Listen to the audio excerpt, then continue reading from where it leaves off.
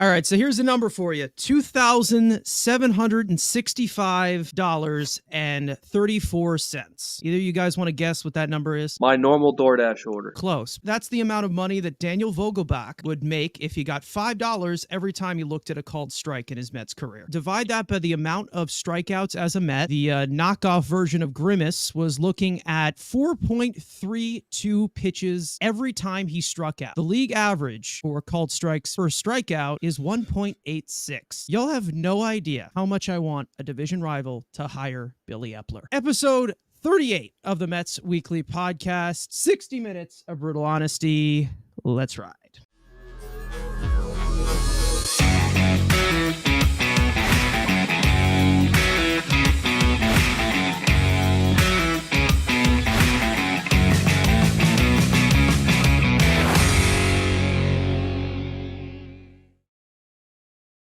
Now, as for usual, house cleaning, make sure to subscribe to the Mets Weekly channel for the premiere of this very podcast every single week. Turn on post notifications for instant live streams regarding breaking news all off-season long. Follow us on Twitter, TikTok, all of our individual links that are in the description. So at this current moment, I'd say we're about 4-ish weeks away from pitchers and catchers reporting. We have seen the offseason pick up a little bit, and then it didn't pick up, and then it started to pick up again. We've seen some flurries of moves going out. It seems like they're keeping plenty of options open. Last week, we talked about the Mets only having a certain budget to work with and kind of focusing on the bullpen.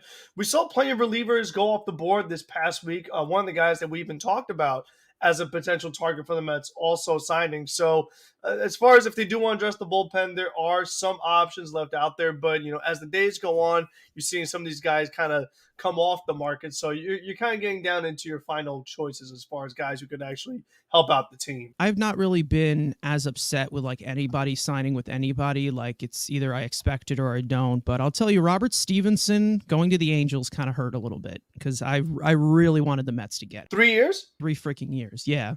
You would do 3 years for Robert? I would have done 3 years, but I don't know if I would have done $11 million a year and then another option. I probably would have just went 2 years and a third year, a third-year player option or something like that, because he is young. But it's I don't know. That one hurt me a little bit. I'm not gonna lie. I just think based off the way they've approached this whole off season, if the way I look at it is that if I was going to give Hicks a multi-year deal, then I wasn't going to give anybody a multi-year deal, and that's kind of the way I approached it. And you feel like that's the way the Mets have kind of looked at this off season in its entirety.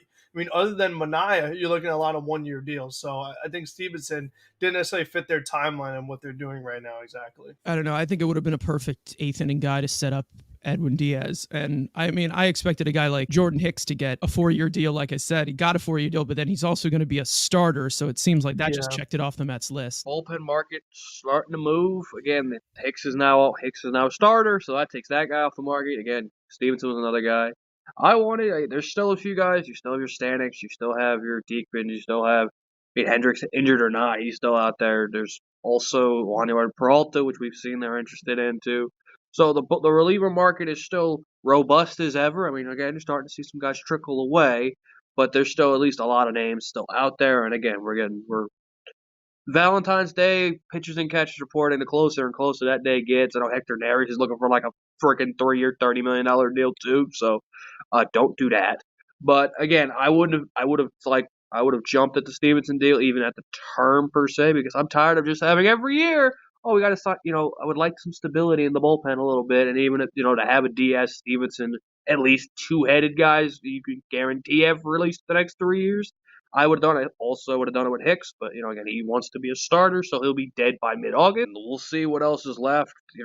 Peralta seems to be. I saw something that they're interested in David Robertson. Please fucking no. But knowing again, it'll be a 1-year deal, and that's all the dumpster Dave wants. These, reclamation projects are just cheap 1-year deals. I had an entire topic about the Mets obviously being in the market for Robert Stevenson. There was a few reports that came out, and I was, planning out everything for this podcast this week, and then he goes to the Angels. So with that being said, that's actually all we're going to talk about regarding the reliever market today. So let's move to Mets baseball and what has been going on this week. And I obviously want to begin with the latest on the Mets DH conversation. So here is what we have heard this week. Now, although the Mets were expected to bolster their bullpen by signing a legitimate reliever or two in the coming weeks, they also remain interested in adding a serious bat to an incomplete lineup. Early this week, Andy Martino reported that if the Mets were to make a splash at any point during the remainder of the offseason, it would most likely be for a designated hitter. After rumors spread from alternate outlets regarding the Mets' interest in free agent bat Jorge Soler, John Heyman reported that the Blue Jays are considered the front runner for Soler, but reportedly prefer a left-handed power bat instead. Other teams linked to Soler, like the Red Sox, have reportedly shifted their focus to retaining one of Adam Duvall or Justin Turner. Although the interest in Soler, Martinez, or Turner is uncertain, the Mets are still not the only club in the market for a DH-type bat. Along with Toronto and Boston, the Giants, Rangers, Diamondbacks, and Mariners are all seeking a power piece. Mets president of baseball operations David Stearns made it clear that they will keep all options open regarding any additions to the lineup, but also acknowledged that the Mets want to give their young players and prospects room to get playing time. Mets internal options for the DH position currently stand at recently graduated prospect Mark Vientos and outfielder DJ Stewart, who was brought back earlier this offseason with team control through 2027. This whole situation, again, is an identity crisis of what the fuck this team is. Because a win-now team goes out and fixes their holes and gets the addressing if it's Soler, Teo, JD Martinez. That's what a win-now team would do. You have a problem. There are good options to fix it. Make those internal options either trade chips to fix other issues or just extra depth.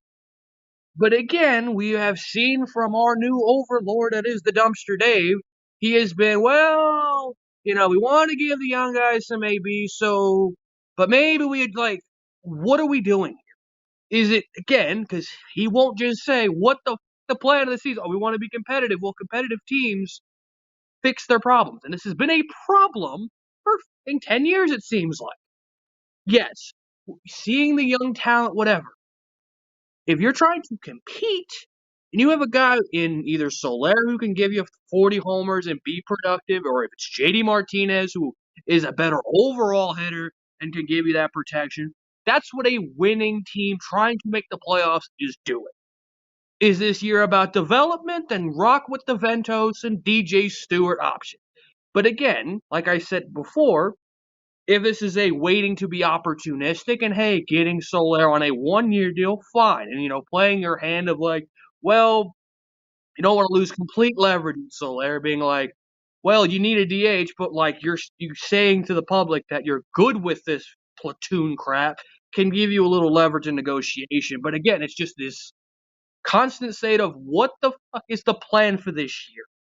Is it playing the kids and that's it? Then don't look at the DH. Then just run with spring training of letting the Ventos, DJ Stewart, Jet Williams, ABs or whatever in September and August, whatever, whoever prospects you, what else you want to come up in September. My 5'8" DH wants to be competitive for a playoff spot, then grab the guy that can fix this problem the last 5 years. We kind of know what I don't think Mark Vientos is going to get, he's not going to be this superstar. Can he hit you a lot of homers? Does he make hard contact? Yes. We kind of the same thing with DJ Stewart. He could play the outfield if need be. Let him be the fourth outfielder. I am fine with him in that role. Now you've got 6 outfielders now with Tyrone, with Taylor, Bader, him, and Marte and Nemo, and there's 9 outfielders now on this fucking roster. But besides the point, it's just the continuation of just Stearns not telling the fans what the fuck. Again, hey, maybe we'll be aggressive in the market, and maybe, again, not trying to lose complete leverage with agents, but still, it's just this constant, we want to play the kids, but hey, maybe if Soler or maybe JD, Justin Turner really is kind of quiet down, which I'm kind of happy with. I didn't want Justin Turner, so I'm kind of happy that kind of faded away, but who knows? Again, she's still out there too. But that's my thing. Either tell us, make the move and be done with it. And is this just waiting for Soler to go down to a one-year deal like Teoscar Hernandez? Probably. And again, he's trying to play the waiting game. Can I get Teo for 1 year? Let's call it $17 million, just to throw a number out there, 16, 7, whatever. Maybe that's his plan. He's just trying to wait out Soler. But again, it's just I don't like this passive. I like a GM that's aggressive. That like I see a problem, go get it done and stop waiting. Like the Braves, they see a problem, they go get their fucking shit and be done.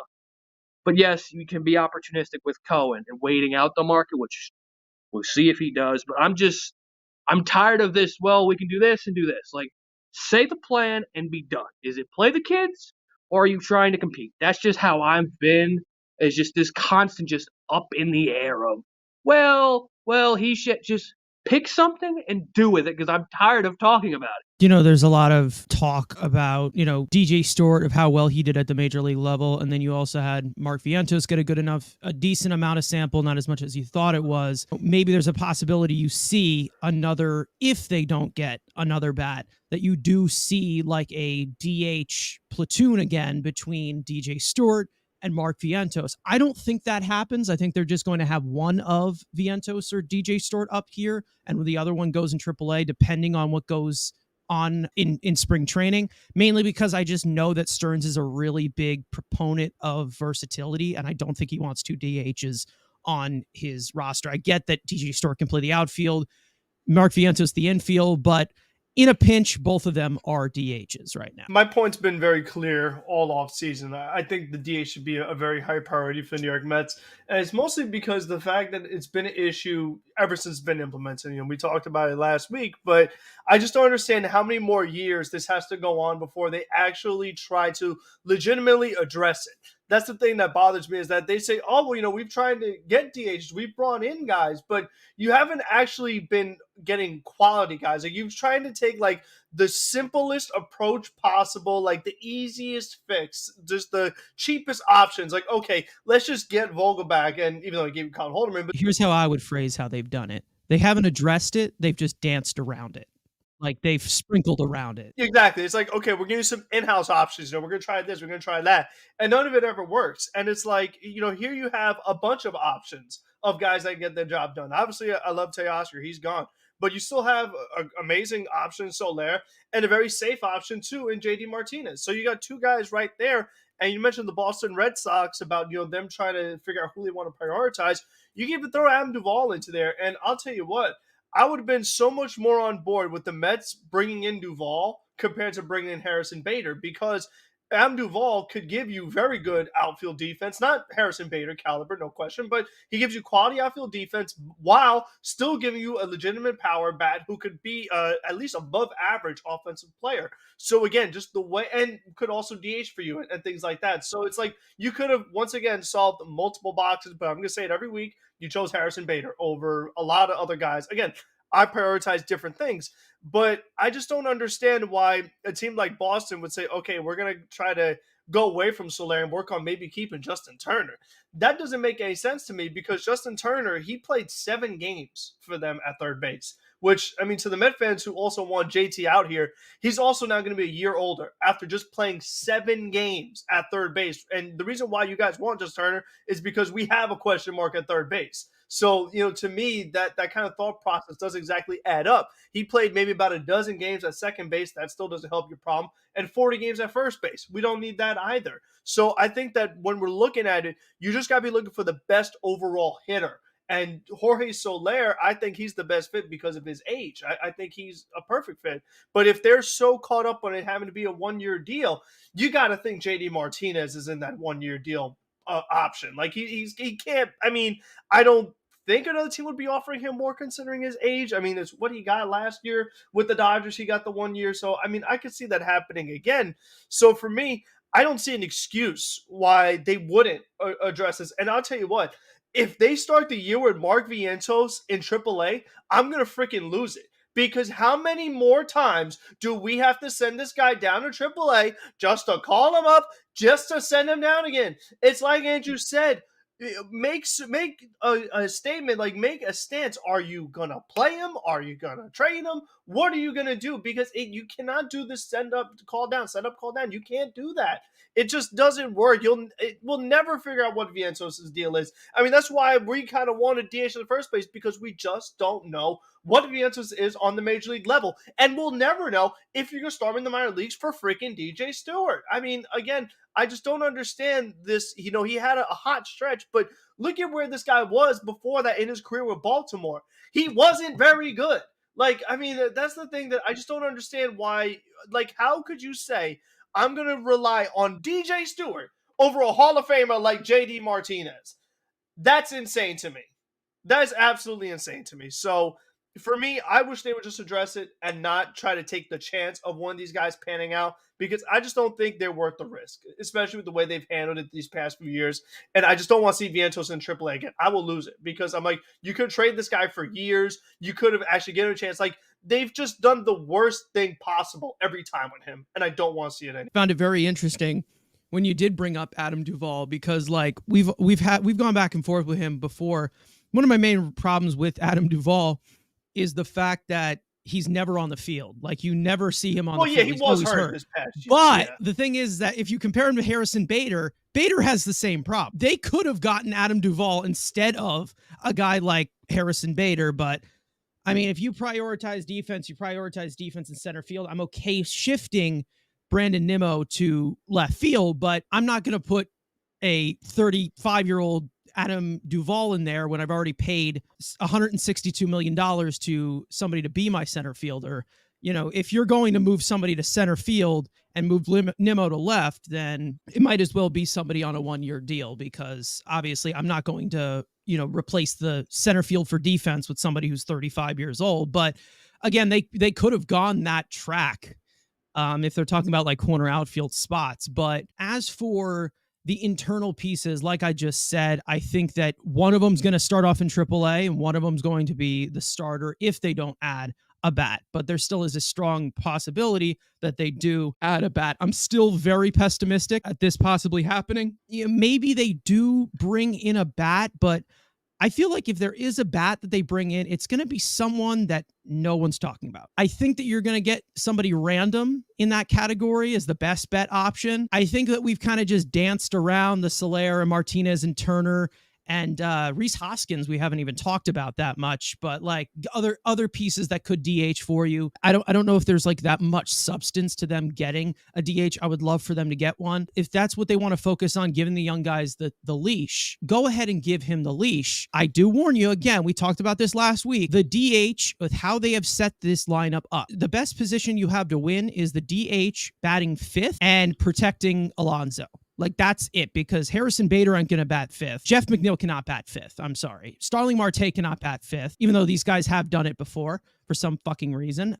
Beatty can't bat fifth. Like, that can't happen. There's no trust in those guys protecting Alonso whatsoever. So the DH has to be fifth in order for them to put in a position to win. I don't know if that's going to be addressed or not. You just don't know about Vientos, like we've talked about. We don't know if he's a good consistent hitter or a good consistent player. They haven't given that opportunity, but then you're also going to be putting him in the best case scenario batting fifth. So that's a big bet to take. Well, on the flip side, I also think that you're putting a lot of pressure on Mark Vientos, in my opinion, because I mean, to us, we say that it is extremely important to be the one to protect Pete Alonso. And it's like, well, here you go, Vientos, like, good luck.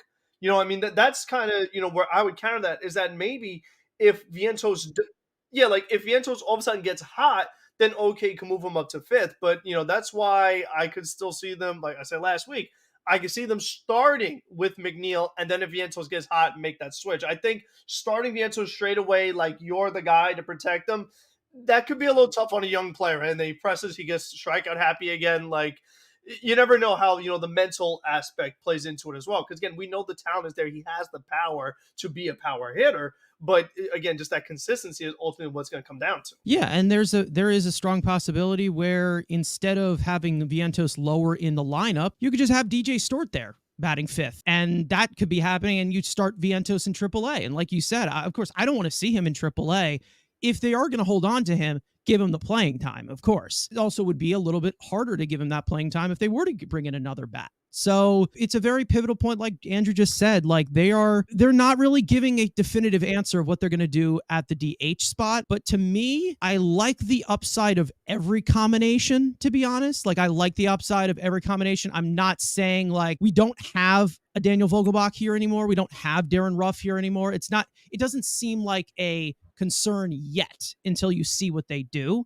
But I mean, I still would get that established bat. I obviously would. I'm okay with having the top heavy lineup, but you have to have somebody after Pete Alonso, because Pete Alonso there, nobody protecting him, death row after that, where it's not competitive against high profile velocity. I mean, you're not going to have offensive performances as you actually want to have, even with the top half of the lineup producing. And listen, if they want to put Alvarez behind Alonso to protect him, fine. But like, again, that's another thing where like, I kind of like Alvarez in front of Alonso. That's just my preference, but I don't know if they're going to count Alvarez as that, but you still have the same top heavy lineup of just like 4 freaking hitters. Talked about is that like you could bat Alonso second, you could bat Alonso fourth, but no matter how you do it, it's still the same top 4. It's still 4 competitive hitters. That are going to be, exactly, your productive pieces that you know for sure. The other guys are very much, question marks and hopes for the most part. Don't forget Jeff McNeil. Well, again, he's a question mark after having a bad year. I consider him a question mark. You sure? Yeah. I don't know. He's batted over 300 before. I don't know. I feel like if you do that once, you're going to do it again forever and ever and ever. I understand what you get in the top 4 in the lineup, but at this point, would it just make more sense to do it with just... Again, I'm like Carson. I am fine with Alonso in the 2 spot and putting Lindor behind him, then put Alvarez behind Lindor. Yes, that bottom half of the lineup, but at this point, just for Alonso's fucking sake, like put Lindor behind him. Like I get Buck always that old school. He wants to put Lindor in the 3 and the fat ass in the cleanup spot. But like again, we don't know what the hell is it a Stearns again? We'll see what Mendoza, and that's another rant for another day. But we don't know how his managerial philosophy or whatever, but like at this point, just for Alonso's sake, put him back in the 2 spot and leave him. Put Lindor in the 3, Alvarez in the 4, and then we'll see what the hell else the rest of that lineup. Again, it's a fucking death roll of whatever. But at this point, just for Alonso's sake, and like again, have Nimmo get on 2-run homer, boom, you're up 2-0. It's like the Schwarber thing in Philly, where like Schwarber 1-0, and hell, Nimmo's hitting 25 homers now, so I mean, you get a little part of that. But at this point, just put Alonso in a spot where he has protection. And then, Lindor, whatever. But just the fact of, hey, and we saw Lindor is, he's better in high leverage. He's good in high leverage. So again, you're going to walk Alonso to get to Lindor in a big spot? Like, and I know Buck always had it the other way around, but it just drove me insane. And then Alvarez, then you can put McNeil behind Alvarez, and it's a big deal, don't get me wrong. But like, if it's Nimmo, Alonso, Lindor, Alvarez, there's no complaining anymore about like, for protection for Alvarez, which again, if it's Marte, it's a gerbil, if Brett gets his head out of his ass, like whoever that death row with DH, if it's Ventos or whatever, like at least, again, we've been complaining about it just protecting Alonso, he would have that protection. And then if you'd be complaining about protecting Alvarez, but at least you would have Alonso protected with Lindor behind him. And I'm just, again, we don't know what the hell Mendoza is going to do as a manager, but just to fix that problem, and then just having to fix 5 through 9 is a lot for me.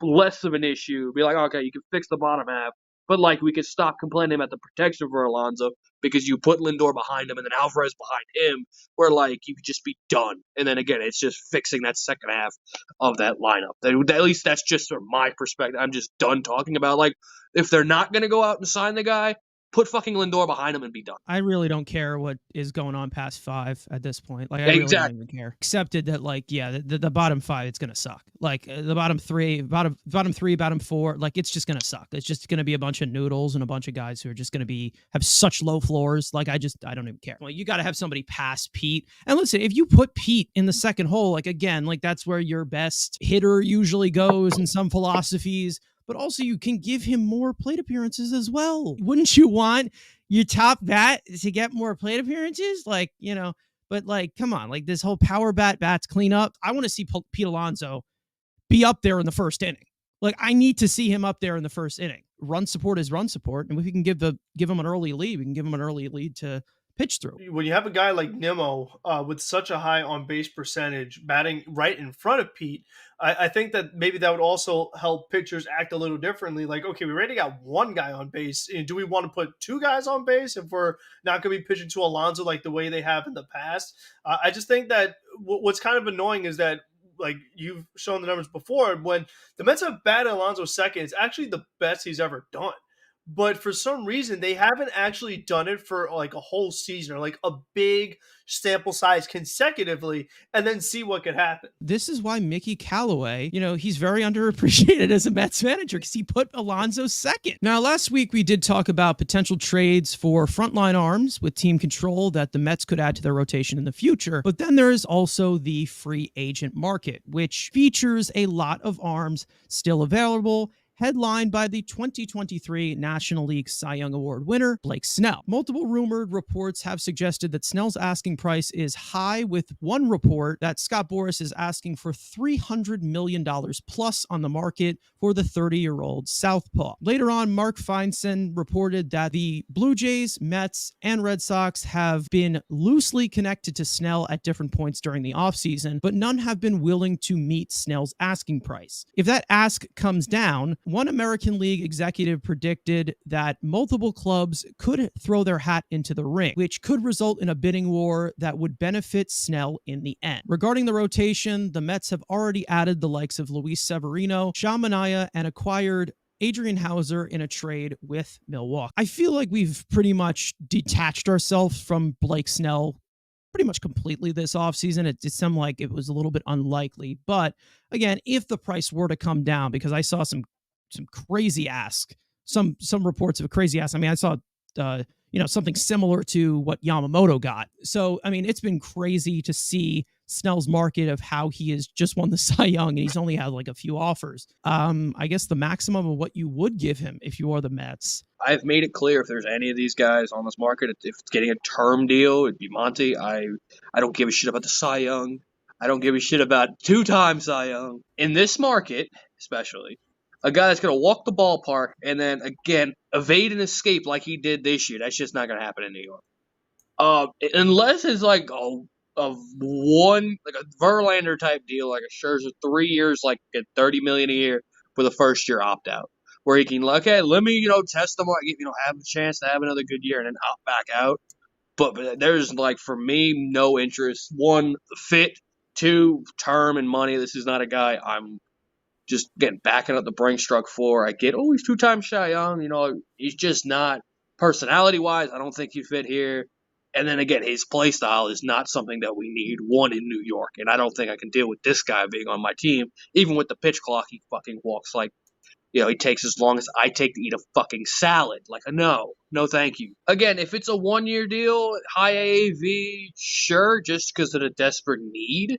But I don't think that's going to happen again. There could be a stupid team just waiting out here. The Angels, Blue Jays, somebody who can just throw that longhorn even more desperate than we are for a frontline guy. And that pitching class next year, especially if potentially Saki gets posted, again, if I'm not going to lock in now, again, unless I'm getting a dumpster Dave price, like that for me, it's just no interest at all in Snell. Again, fun idea, two-time Cy Young, great for the marketing, but it's just like, unless it's like a 3-year deal, I've never wanted Snell. Another thing I've been saying all off season is that I just don't think Blake Snell is really worth it as far as the asking price that Scott Boras is talking about. If they are looking for $300 million, near $300 million, what have you, that's not something I would be wanting to do at all.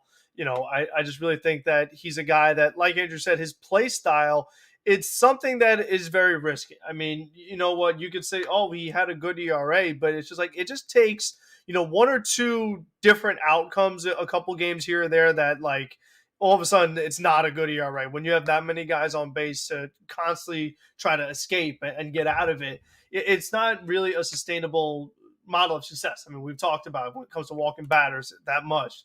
Definitely is a big no-no. I think also, to Andrew's point, the personality thing, for New York especially, I don't think it'd work out well. I think you have another potential Carlos Rodon situation where have Blake Snell have a couple bad starts, crowd starts booing him. His reaction is not going to be ideal. I just get that kind of sense from the kind of character he's had. The whole COVID Twitch thing he had a few years ago, his little rants and things like that. I just don't think that would mesh really well in New York. So I think that's always one of those other factors that always have to be taken into consideration, because it's not always just, okay, is this guy talented enough to play on the baseball field? It's all that matters. Not the case in New York, because there is, like we said, the mental game, especially in baseball, is very, very prevalent. So I think that's another point of concern. And I think that, his age of being 31, if you were going to, like Yamamoto getting the 12-year deal, it's a little more palatable because of his age. I can't go 10 years, 7 years on Blake Snell with him already being 31 and with him already having a couple of injuries, things like that. So there already is that risk involved as well. So, if it is like a 2-year deal, 3-year deal, I guess, fine, because you know what? The rest of the starting pitcher market ain't great. I would rather go after Corbin Burns next offseason. That'd be my approach. But I like we've said it last week, there isn't too much long-term high-level starting pitching right now on this team. Unless Christian Scott comes up and, impresses everybody and adds another pitch to become a quality starting pitcher. Other than that, you're looking at, Senga is going to opt out maybe 2 years from now. We don't think anyone else in rotation is staying here long term. So who else are you actually going to lock down and pencil in for years to come? So that's the only thing that Blake Snell would have going for him a little bit. And it's not even because of him. It's because of what the Mets have right now in that fit of just having so many veterans in this rotation, so many short-term deals in this rotation that's kind of would be their only option as someone who could be here for a few years. But I think all in all, what the Mets should offer, I don't think is what he's going to get, which is why it's not going to happen. I think that if another team offers him the 6 years or more, leave it there. I'm not outbidding it. I'm not going to match it. I'm just going to say, okay, fine, go for it. I'm with Andrew that especially when you're ready over the tax, I'll go high on AAV before I go high on years. I just think that in the long run, it will do less damage to you if you go AAV over years wise with a guy like this. So for me, I don't think the Mets are the right fit for him. I don't think they're going to get him. I don't think they should get him based off the asking price. But if it's a short-term deal, might as well, because we need the help rotation wise.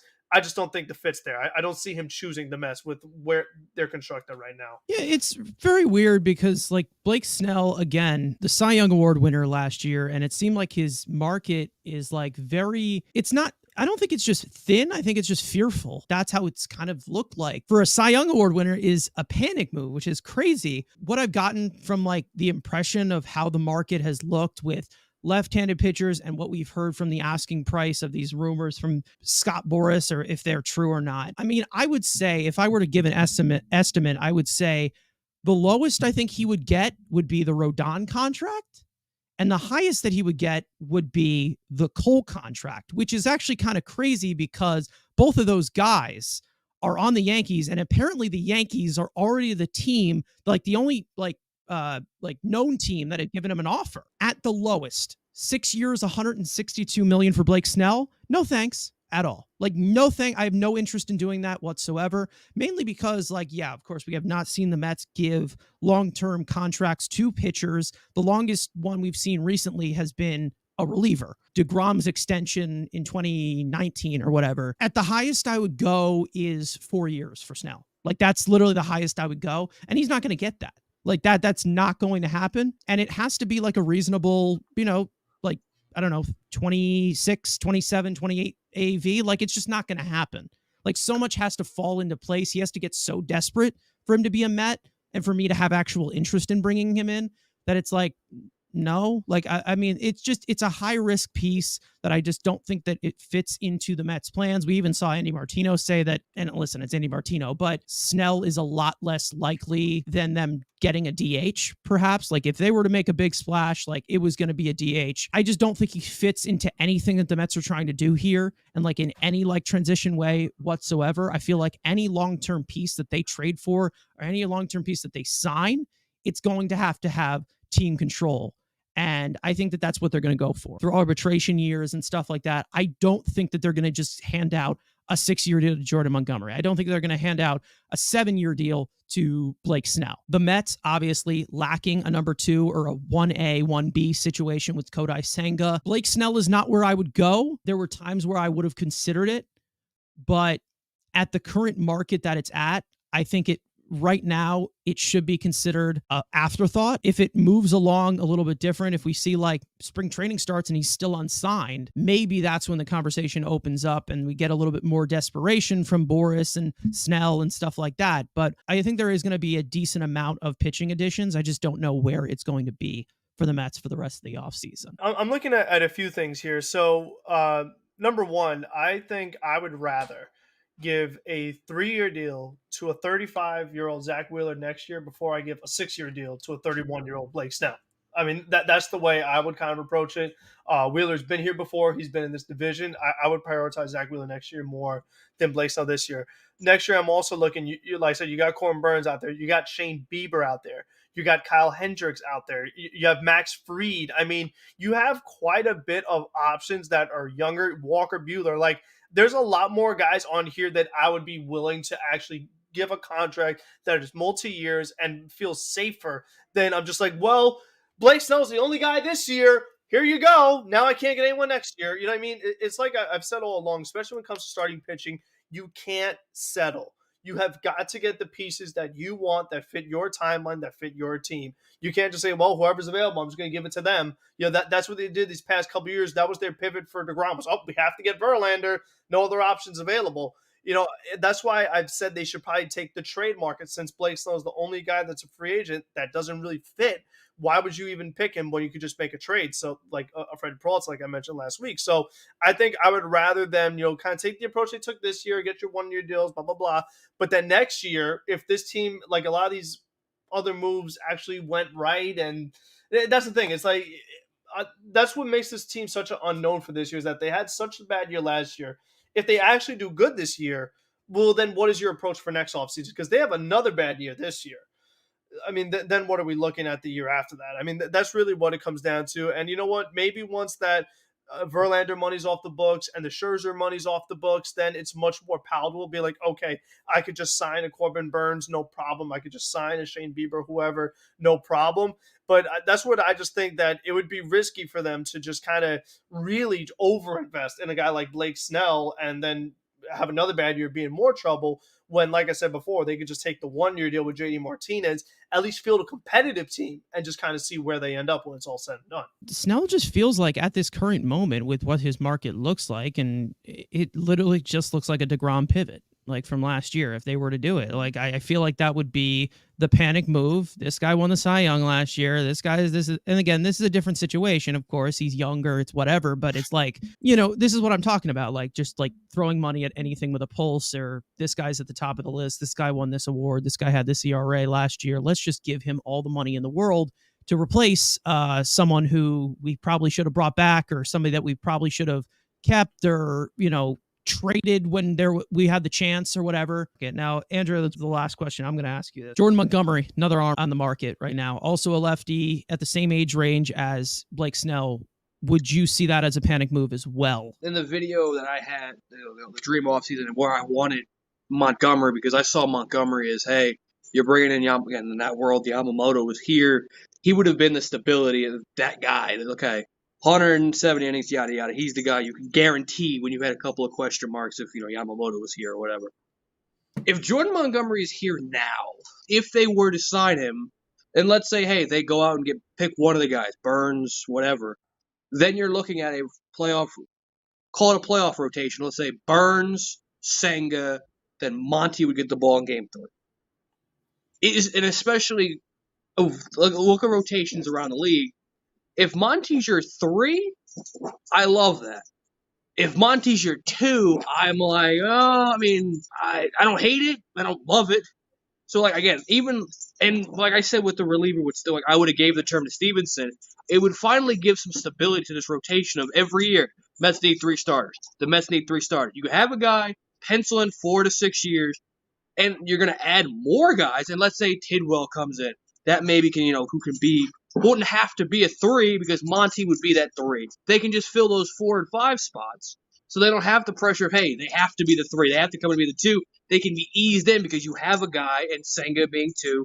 And let's say you sign your 3rd guy next year. If it's Burns, Saki, you trade for somebody, whatever. You have your top of your rotation set. And then you can insert, your Tidwells, your Scotts. If it's Dom Hamill, if it's somebody else they draft, you can have the stability in that rotation. And I know what Jordan Montgomery is, 1, in New York, and 2, what I'm getting consistently, unlike a Blake Snell, which there's so highs, there's lows, you don't know in this market. So I've always said Monty is a hell of a lot more attractive than Snell for the Mets.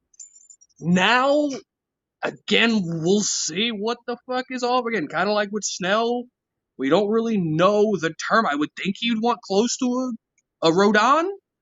So you're just kind of playing this game of he would be your number 2 starter guaranteed right now next year. You would go Senga, Montgomery, and then take your pick if it's Severino or Quintanas and whatever.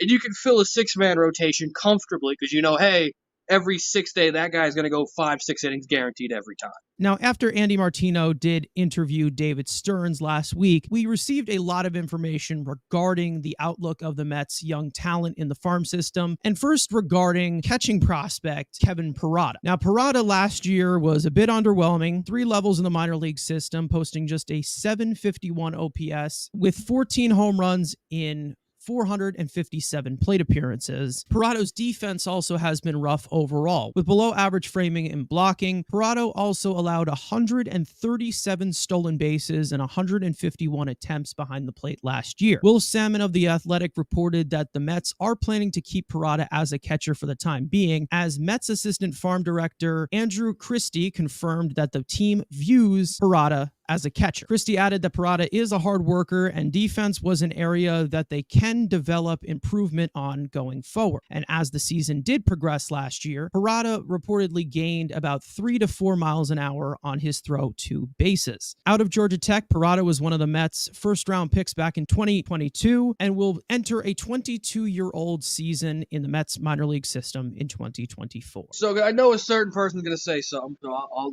happy I went first because I know there's a certain phrase that Frank's going to say, so I'm going to get ahead of that before he says it. I'm okay with it. Again, let's look at the gold standard organization. Let's look at those Los Angeles Dodgers. They got Will Smith. He's a pretty good fucking catcher. But then behind him in their farm system, they have Diego Cartaya, who is a top 50 prospect overall in baseball. And then behind him is Dalton Rushing, who I believe now is a top 25 overall prospect. And before that, didn't they have Keibert Ruiz? There's only one catcher, right? Look at the Blue Jays aren't the greatest run organization. You're not going to have guys play 140 games behind the plate anymore. That's just not happening. So the fact that, hey, to keep the catching depth, even if Parada, again, do we think he's amazing? No.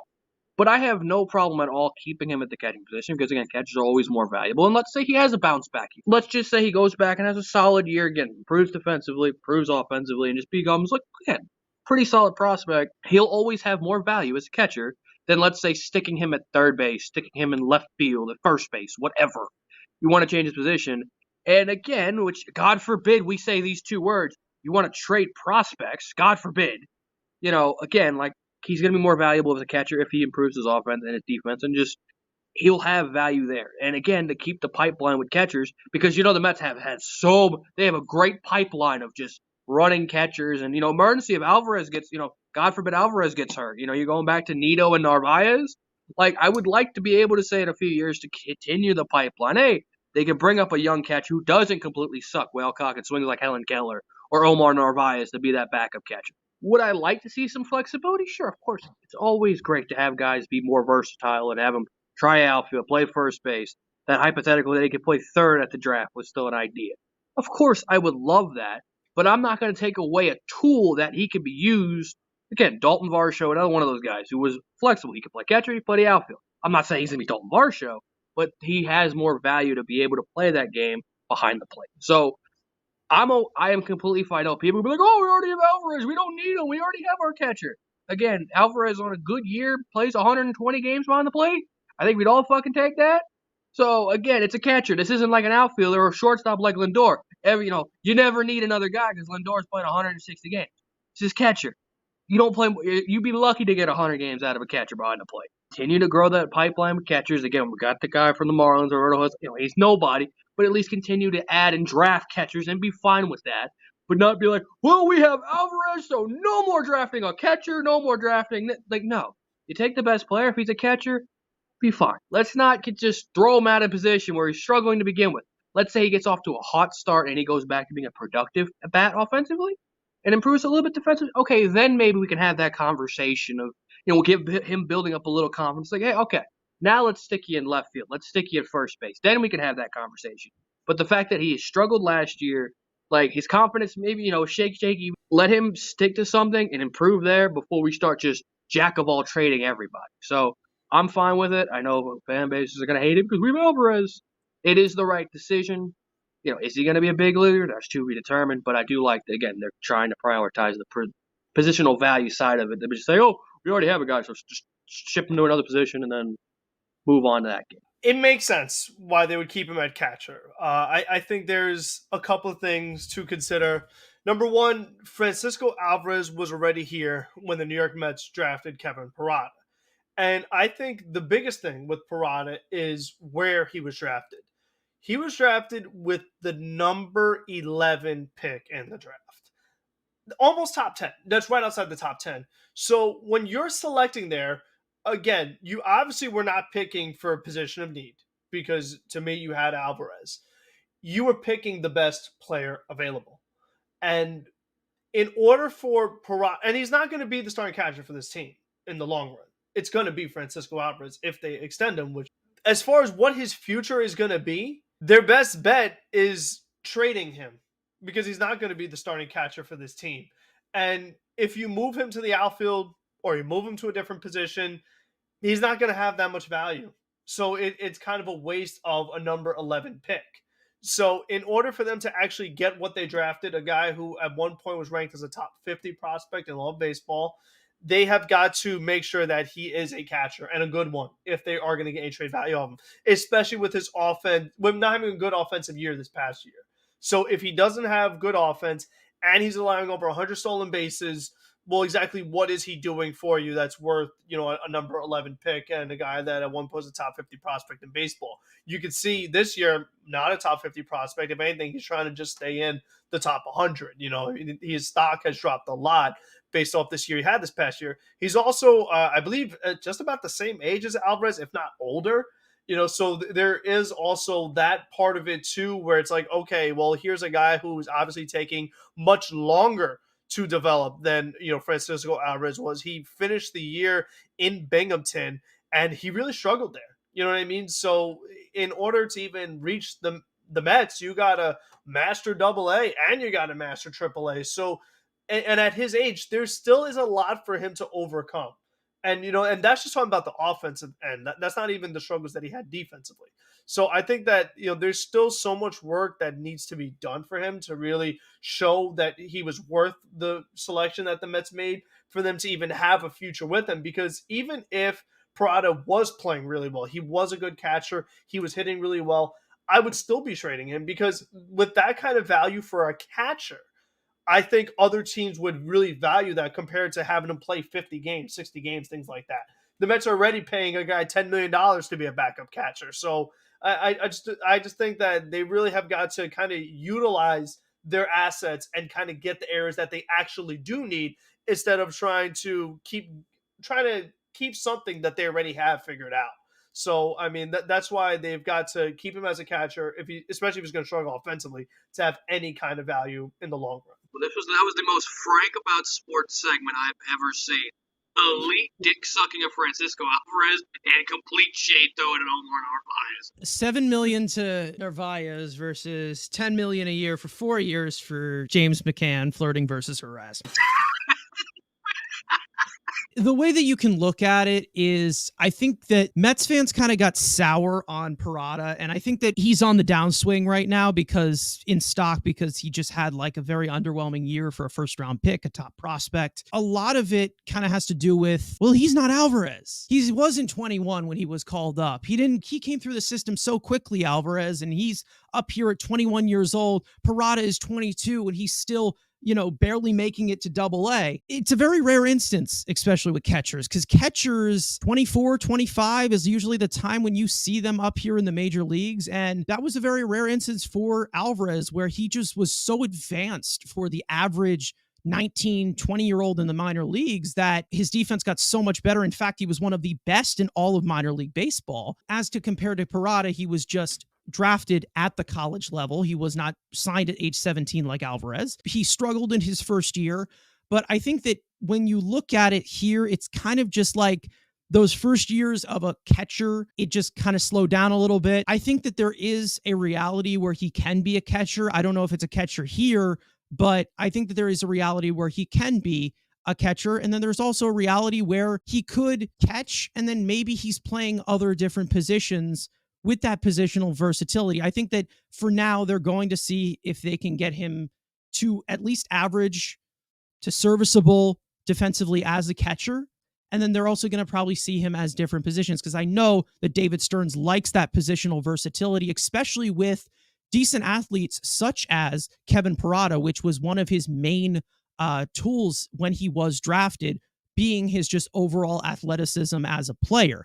Not particularly speed, but just his athletic ability, the reason why they kept him behind the plate for so long. I'm okay with them having him as a catcher. We do need to see him play different positions next year, I think. I think that's when the time when you see him play some outfield, you see him play first base, to kind of just evaluate value. That's what I feel like the Mets are doing. He's at his lowest value right now.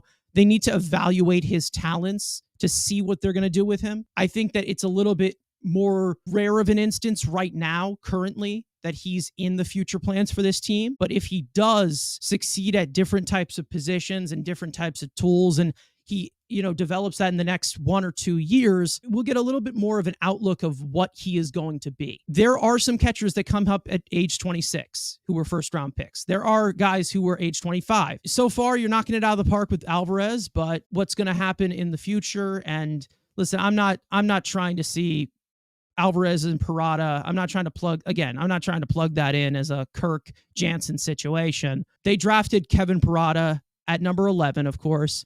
You never draft for need. You always take the best available. That is the number one rule in drafting, whether it's NFL or MLB. Always take the best available in the first round, including lottery picks such as 11 slots. So you never draft for need, especially in baseball, where they already have a huge minor league system to go through, and they develop different skills. When you look at it right now with Kevin Parada, I'm okay with him continuing to be a catcher, because he does need to kind of get that down, because we've seen a lot of inconsistency. Allowing 137 stolen bases, I don't think that that's shows the whole evidence of how bad he was defensively, but I have seen him live a few times. He's not good. He's not a good defender at catcher. So he does need to get better at it. Age 22, age 23, it's the later stages of a typical prospect, but that's kind of how it is for the catcher position. It takes a little bit of a while for catchers to develop, and that's why they are so valuable to a team, because of the development and because of how important those skills are, especially just with a catcher actually being healthy, with a catcher helping out a pitching staff. That's why it is just so important for the development of a catcher, and why it takes as long as it does for that certain perfection. Francisco Alvarez, that's kind of an anomaly situation. He was just so advanced that the guy just outgrew minor league baseball a lot earlier than we expected him to. Now, speaking more on Mets prospects, David Stearns also talked about the Mets' current upper-level talent in the farm system regarding the likes of Jet Williams, Luis Angel Acuna, and Drew Gilbert. After confirming that Acuna and Gilbert will begin 2024 in AAA Syracuse, Stearns noted that both players could make a strong impact on the big league club this year, confirming that anyone who is slated to begin the year at AAA is a phone call away. From a prospect perspective, we'd like to give Gilbert and Acuna a little bit more time. We'd like them to solidify themselves at AAA, but the truth is, anytime you're in AAA, you're a phone call away, and that's how we have to operate. Gilbert and Acuna were both acquired by the Mets at the trade deadline as pieces in exchange for covering portions of Justin Verlander and Max Scherzer's contracts, with the Astros and the Rangers. As for younger prospects such as Jet Williams, Will Salmon stated that Jet also profiles as the kind of prospect the Milwaukee Brewers under Stearns would have tried to target. He's just an elite version. In the amateur draft, along with other spaces for player acquisition, the Brewers prioritize high contact rate, positional versatility, and strong plate discipline. Williams brings all of those in a stable form and might develop a bit more power. Williams was the Mets' other first-round pick along with Parada back in 2022, now entering a 20-year-old season after surging through 3 levels of the minor leagues in 2023. Acuna, Gilbert, and Williams all have been profiled as pieces who could be featured at the MLB level in 2024 with the utilization of the Mets depth chart at a very pivotal spot going forward. Other positional player prospects include Ryan Clifford, the other piece that was sent to the Mets along with Gilbert in the Verlander trade, Alex Ramirez, who was added to the Mets 40-man roster to be protected from the Rule 5 draft, as well as other lower-level prospects such as Colin Houck, Nolan McLean, Jeremy Rodriguez, among others. Stearns has made it clear the kids are going to play, and obviously we're more higher on Gilbert than Acuna, but again, like both guys are, like you said, 1 call away. I think Gilbert's probably 2 calls away, because I think whoever of Tyrone or Stewart is going to be in AAA, and then let's say if it's Starling, Marte, or Nimmo, or most likely Harrison Bader gets knocked out, those guys will get the call first. Especially, let's say it's like a cold mid-April, hammy strain because it's cold in New York in April, and Bader tweaks it. You're going to see probably Tyrone and Stewart, and then probably Drew is that next guy up. So in the outfield depth chart, again, let's say if 2 injuries happen, then he's probably the next man up. And again, he can play center, he can play the corners. He's the highest upside of the guys they got, and I think besides maybe Mauricio, because again he's just so raw. The power upside of Mauricio again is probably higher, but of those in the next group, he's probably the highest upside bat of any of the offensive prospects. So. And the fact, again, the desperate need of outfielders that we've been clamoring for.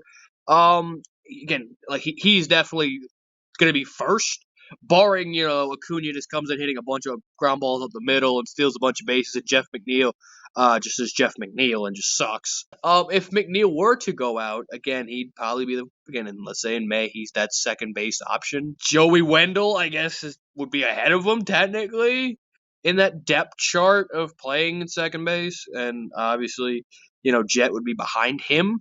I've gone higher on Jet, not because of certain thing, but I think Jet definitely is better than Acuna, but it's really not, you're averaging 2 kind of just toolsy guys, which again, some prospect guys, some organizations value the tools. They give you tools. It's just, I don't know how much is going to translate to a big league perspective, but they do, again, speed, which I'm all for. You saw the Diamondbacks, which that's the team everyone keeps saying, we could be this year's Diamondbacks.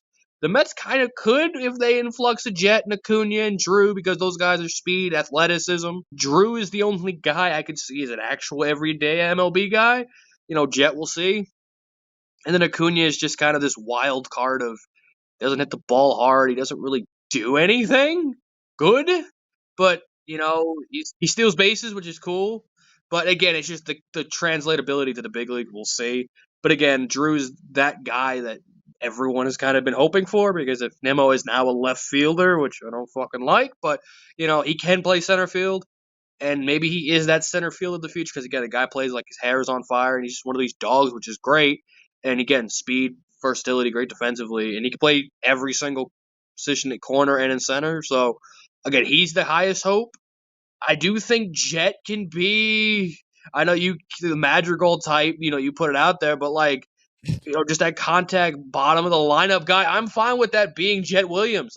I know everyone complaining about Nick Madrigal was I hate using your Twitter because your Twitter is literally the bane of my existence.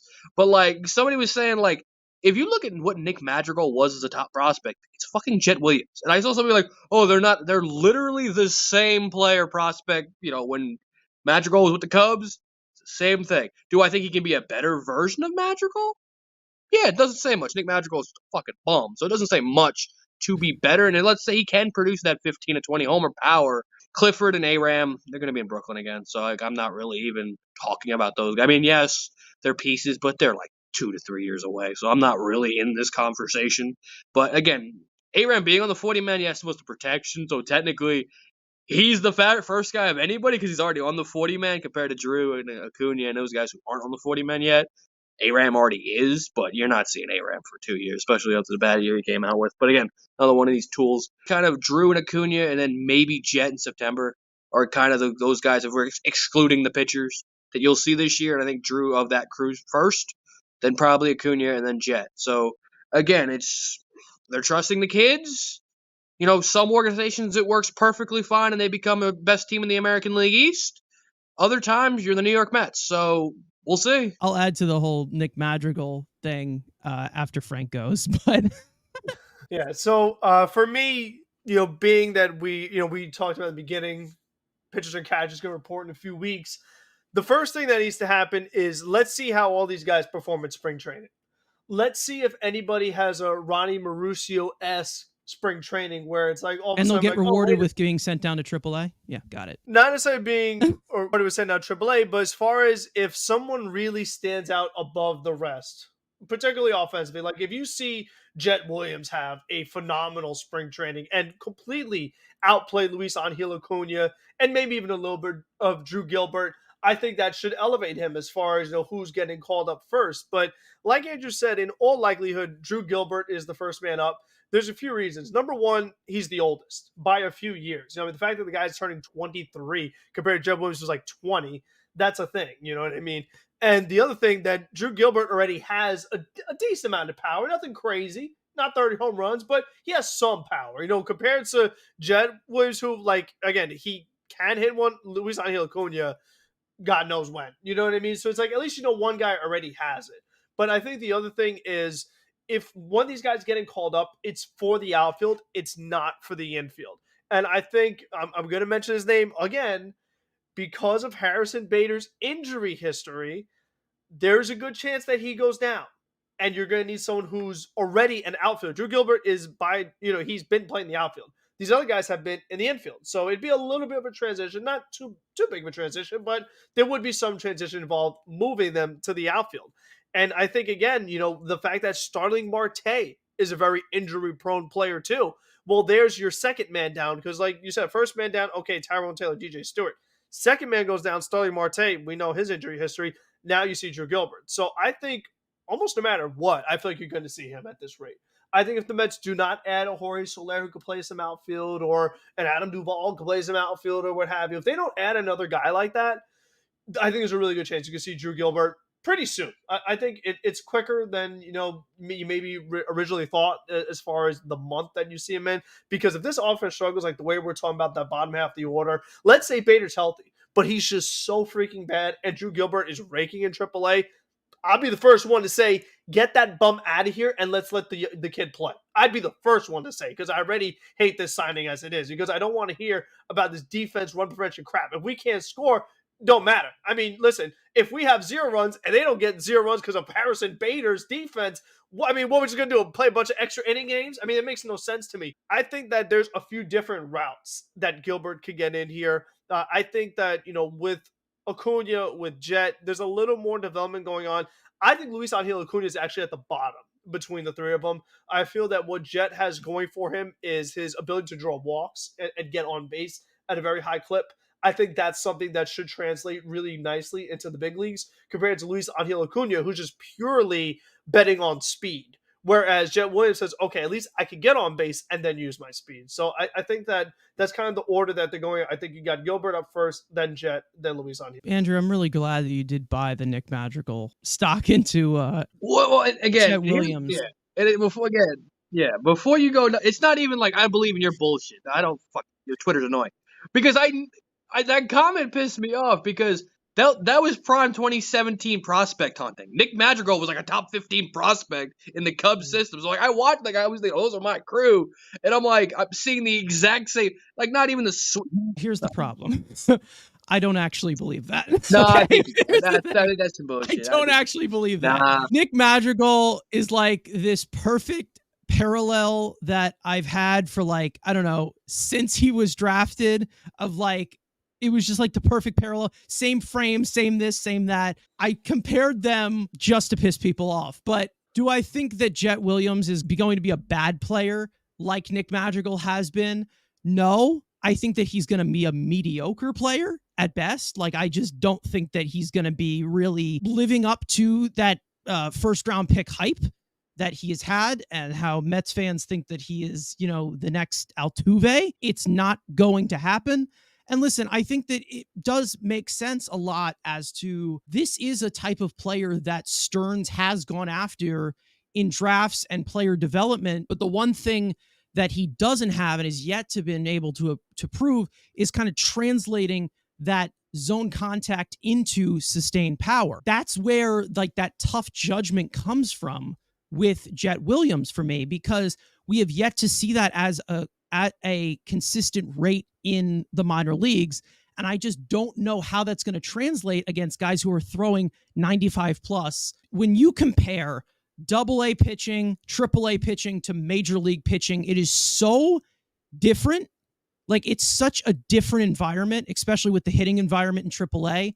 It is such a weird jump. And that's why I just don't think that, even if it is putting Jet Williams into AAA, I don't think that that's going to prove anything either. Because again, AAA, in my opinion, is worse talent than AA.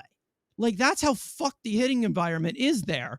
So it's like, we just don't know if it is going to translate well at the major league level, because I'd say that AA is a lot more closer to the major leagues. Like, I would say that if somebody does well in AA, they should be up here if they're highly regarded. Like, I don't really think that AAA is as necessary for really anybody who has destroyed AA. As for a guy like Acuna, like, I don't really care where he goes, because I'm not high on it at all. Like, it's not like really just like hating Max Scherzer or anything of what we got in return for there, but there was other pieces that I would like to get besides somebody like Acuna. But I'm not mad at the guy Acuna. I'm just saying, like, I just don't think it's really anything. Like, I just think it's like, at best, you're going to get like I feel like this is like a bench piece, like at best at the major league level. But again, I could be wrong. All it just really comes down to with Jet is like, it's hard to see him working in and developing that type of power and that type of hitting and bat speed and those type of hitting tools when he's already at this 5'8" frame, where you're just kind of limited in that sense. And I just don't think that using Altuve in that sense really like gives it any justice whatsoever. I over-exaggerate my takes on Jet Williams because I'm me, but it ultimately comes down to, does this plate discipline harbor enough to do well against major league pitching? That I still have yet to see. Like, there is some things that you can see from some prospects of how they handle it and how they display their tools in the minor leagues. The verdict is still out on Jet. Again, there's still a way that you can pivot to it because of him being as young as he is. It's hard to evaluate it because it is a first round pick. We all know how I feel about first round picks. I'm hard on him. I'm hard on first round picks. Main reason why I've kind of like cut out Parada from this whole situation. That's the reason why I bashed the living hell out of Brett Beatty. Why I can't stand David Peterson. Why Dominic Smith was pissing me off. All of these first round picks, they come with that expectation. There's just some tools that if you plug into the Mets lineup from Jet Williams that I'm like, how is this going to translate to the major league level? As for Drew Gilbert, I think that out of all of them at this current moment, he is the closest thing that you can plug into a major league lineup. I'm still not going to do it, obviously. I still want to see him play, in AAA. I still want to see him in spring training. But I think he is the most seasoned out of all of these prospects that are healthy, because I think Ronnie Mauricio is ready for the majors. But this is someone that I am hoping a little bit more compared to all these other prospects that I hope pans out. I'm putting a little bit more stock into hoping and crossing my fingers that Drew Gilbert does break out, not just because of the major league situation, but like because of how close he is to that major league level right now. I absolutely cannot stand the Jose Altuve Jet Williams comparisons. I think it's kid's Altuve, bro. Yeah, it's one of the dumbest things, honestly, because there's only one Jose Altuve, and I just think that ultimately what it comes down to, it's not even so much. I mean, there's two things with Jet Williams. Number one, hitters under 5'9" becoming amazing hitters is very few and far between. There's not many of them, especially that kid for power. And I think number two, for this guy to not even reach double-digit home runs, like you were saying, in double A, should give you a pretty good indicator of how far off he is from being a productive power hitter on the big league level. Like again, it's like we talked about. There's still so many hurdles that need, like Parada, still so many hurdles that need to be overcome before you're like, okay, this guy is full 100%, like major league starter, all things like that.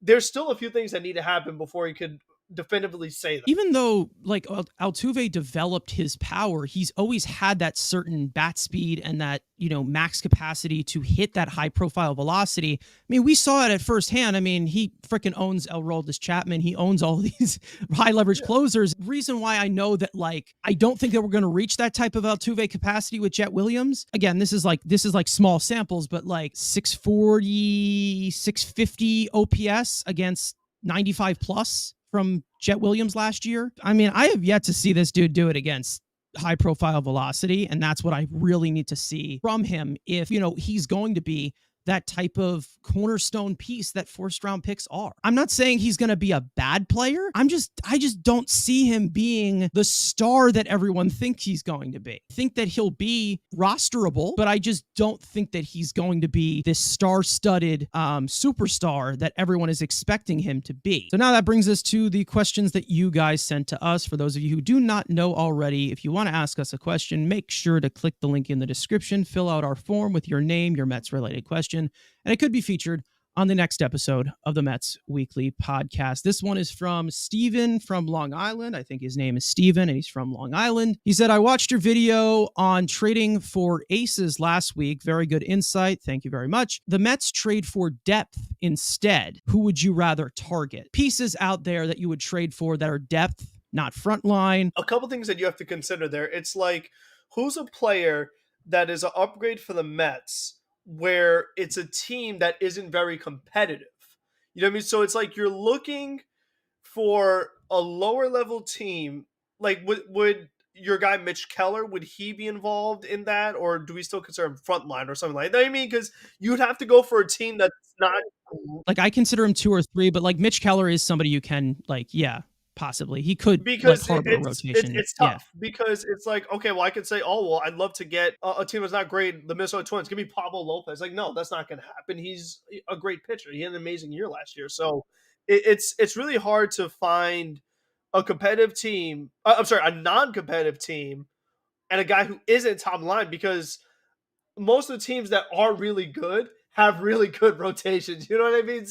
And they have like multiple arms. So it's kind of hard to find that team where you just have like these a couple of good starting pitchers. Like maybe we talked about Screwball last week. I think Detroit, not a great team. He's not like he's not Casey Mize. Like what I mean. I think Screwball would be another kind of like mid rotation pieces. I think would be a perfect fit for this team with his age and things like that.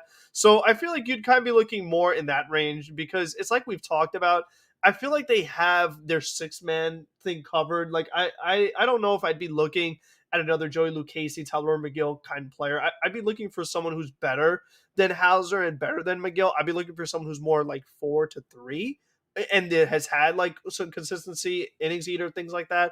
So, I mean, that's just my approach. It is very tough though when you're talking about teams that are kind of like, I don't want to say fringe, but they're not amazing, because a lot of those really good teams, they're not going to give you, like, a lot of the good pitchers are on good teams and they're not going to trade them to you. So that's the tough part from trades, that you also have to find a team that's willing to do business with you.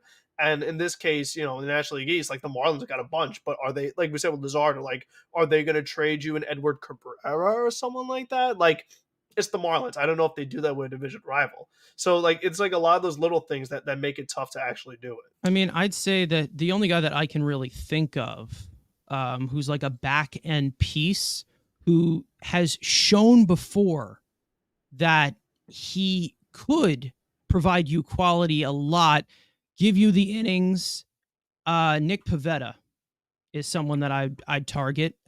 Huge strikeout pitcher, home run problem, hard slider. He's got a nasty cutter. That's the type of guy that you would love to see under a guy like Stearns. Like, he was with Philly and then he was with Boston, like 2 really bad pitching development. I've always wondered how Pivetta would do under like a team that has good pitching development and, A guy like David Stearns is, that's the type of guy you would like to put him under. Like if you saw Nick Pivetta with the Astros, he probably would be a lot better than he has been so far. Like, kind of have to just like look at it like the same caliber as the Adrian Hauser trade, the same caliber as the Joey Lucchesi trade. I kind of looked at it as when you said, like, for me, instantly, big prospects that have kind of flailed out or just, and I've always looked young, and I think that's my list. Like, I wrote 5 down. 2 of them already been said with, like, I think, the Mets have had interest in Edward Cabrera. I mean, again, will the Marlins make a trade with you? Yeah. Casey Mize was another one because That'd be a tough one. one, it's $800K. He's making like above league min in arbitration, and he's been injury prone. How much longer does Detroit? Yes, Detroit's an abomination of a franchise, but how much more are they going to give him? And maybe it's a buy low. And then the 2 guys who've had Quinn Priester's another top prospect I wouldn't mind. Again, Pirates buy low. Again, another one of those guys in the mix of just depth rotation guys, and the 2 like consistent big leaguers. Again, I'll bring up Brady Singer. Just get 5. He should be fine. And then Kopech. I think the White Sox, if they're not moving Cease, like they've prioritized Cease. Kopech's been worse to an extent, but again, it's something that I think he's better than. Again, he's better than McGill. He's better than Hauser, where he could be your 5. He would be our number 2 right away. I mean, like that's the way I look at the Mets rotation. He'd instantly be the number 2, and that's not so much a compliment to Kopech as it is to just how like low to mid rotation this staff is as currently constructed. Unless someone has a massive like bounce back, like Severino has a huge increase or Matt has a huge increase. Like right now, all these guys are lower level rotation pieces to me. So that's why they can just like take a Kopech, who's not their ace, and make him one of our top guys. In terms of starting pitching, like in terms of like actual overall talent, Kopech would easily be their number 2, but I don't know if you'd get number 2 innings from him. Yeah, that's the exactly. Thing. That's the one. Yes, the one. And also, Michael Kopech's the guy that I compare Blade Tidwell to all the time. So, I mean, that's just a... Do I look at a team who has a vast rotation prospect depth? That's what I kind of look at this as. Because Lucchesi was in San Diego when they thought they had depth before they went out and got Snell and all, and they had that young core of Paddock and Denilson, Lamet, Lucchesi, those guys. So they made it expendable. That's how I looked at this conversation, is like, okay, like, and there's not a lot of those teams that are like so just built with pitching prospects where you're like, okay, like I could think of some like smaller guys, like a guy like Michael McGreevy from St. Louis could be a guy, again, in that same rent of Hauser and McGill, of just getting another nice younger body. That's how I look at it. Again, if they're not looking at front end guys, I want like I don't want like 35-year-old innings. Like if I'm doing this, I'm going either failed top prospect to either have like a pitch that can be fixed or tweaked and get the David Stearns meta, fixing pitchers. Then I'm looking at guys who had upside and huge upside. Again, Quinn Priester was a big prospect, and Casey Mize was a number 1 overall pick. In their sense, is there any of the Reds guys? Maybe a guy like Brandon Williamson is a name. They like their depth, but again, maybe a Williamson is like those. That's how I'm looking at this conversation. Not like, oh, let's just get like a 33-year-old freaking like Jordan Lyles, which I know he's like 40, but like that kind of guy where it's like, oh, he's just going to go out and 8 innings. Like we have that with Hauser. Like I want, and I don't like ifs and lottery tickets, but at this point, I'd rather go with that kind of guy with like who've had that pedigree, who had that upside, compared to just like, oh, let's just get another Hauser type where it's like, oh, he can give you 130 innings and just be fine. So now it is time to have some fun with an all-time Mets draft. We have done this before. If you follow us on TikTok, Andrew and I used to do all-time Mets drafts to a corresponding letter. We draft a team with a full infield, with 3 outfielders, a DH, and 5 pitchers. Now, since there are 3 of us on podcast version, we're going to use 2 letters, first and last names. Obviously count. At the end, we will add the Mets career wins above replacement for those players for each team to declare a winner. So as for the draft order, it will be decided on this wheel where basically it is just numbers through 1 through 50. Going to spin it 3 times. Whoever's number is higher will get the number 1 pick. The second highest will get the number 2 pick. And the third highest will get the number 3 pick. Here is Frank's number. It's 1 through 50. Okay. Ooh. Okay, so that's a good 42. There we go. That's a Or good number only- in baseball. 42. Andrew, here's your number. Okay. Number. Number 10. Okay, and then here's my number. Let's see if I can. It's like Frank's going to get the number 1 pick again. That's crazy. Oh, let's you guess the DeGrom number. I'm Nope. getting number 20. Okay, so the letters that we will be using are C and S. Number 1 pick, Frank, it's all yours. I think this is the guy I actually chose in the last one, the last draft that we did. So since I'm the old man in black and white, back in my day, my favorite guy to ever watch as a New York Met, give me Tom Terrific Seaver. Seaver starts with S. It does start with S. That's crazy. Okay. Yeah, I just forgot about that. I forgot about that guy. All right, my first pick is going to be the man whose number will be retired this year, Darryl Strawberry. Yep. Thank pick. you very much. Good pick. Good pick. All right, so since my Who'd you team is just going to be about winning by any means necessary, I will take the greatest center fielder of this team's franchise. I'll take Carlos Beltran. And we're going to win any way I fell possible. to number 3. Yeah. I think when you think of like the grand scheme of things within the Mets and we're talking about war, I think you'll be very surprised to know that the guy who is really not that far off from Carlos Beltran anymore that has an S in his name. How about Sid Fernandez? Sid Fernandez. It's a good pick, man. Loading up the pitching. That's good. Okay, so since Frank went pitching, I'm gonna go with pitching as well. Keep it going with David Cone. Dang. All right. Good All right, choice. Okay. That's a good choice there, sir. Shit, I didn't think I thought you would take one of these guys. So I'm just gonna do what I did to always fuck Mets fan in these drafts, and that is take positional scarcity, and I'm gonna take my catcher. I'm gonna take Gary Carter. Oh. Okay, there we go. How did he drop to 6? That's very. And there's still a certain That's other very guy impressive. just falling for no reason, but okay. So now I get to go back to the old man and pick another guy from my childhood, another guy I loved watching. How about Mr. Cleon Jones? All right, that's a good one. That is a really good one. Keep going with the outfield. See, you knew it was coming. Michael Conforto. Oh yeah, Yeah.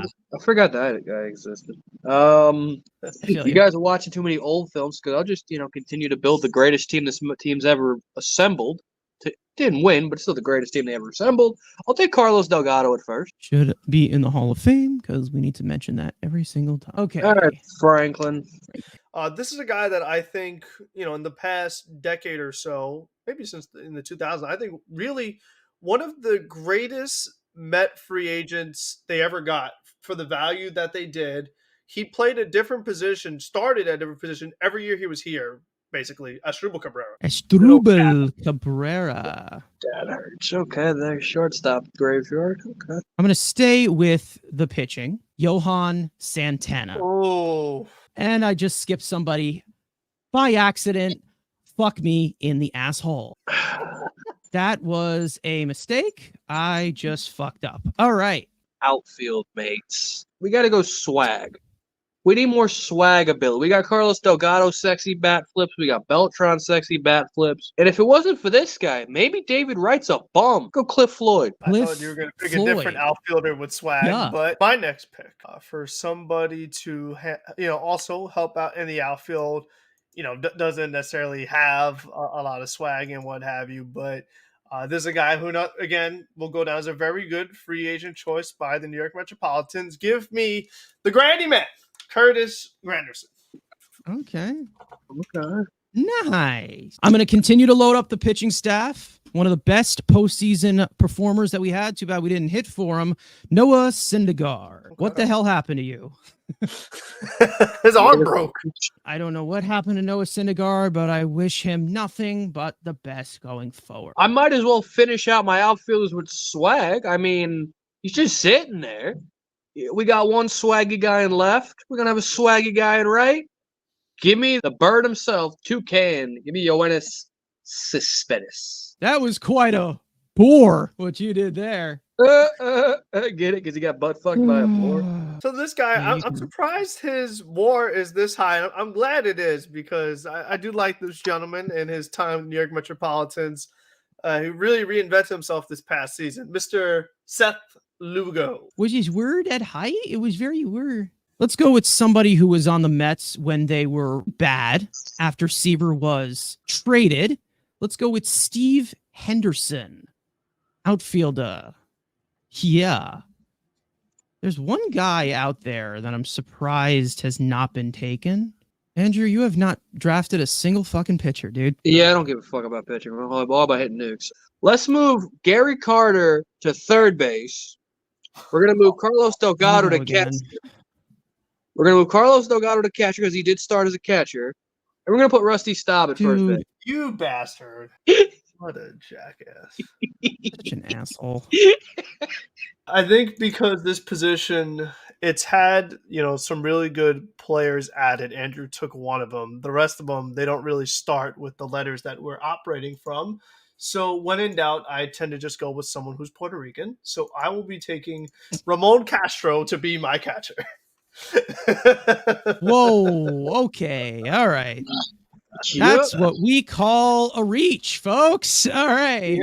He hit home runs, so. Okay, so this guy has both letters. A member of the 1973 team, where he was there as a rookie, Craig Swan. All right, so I might as well, I guess, touch a starting pitcher, and I might as well, as a fat person, take the fat guy.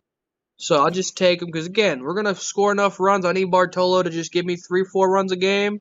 Keep it under that. Give me Big Sexy. Okay. I like that. Nice. All-star.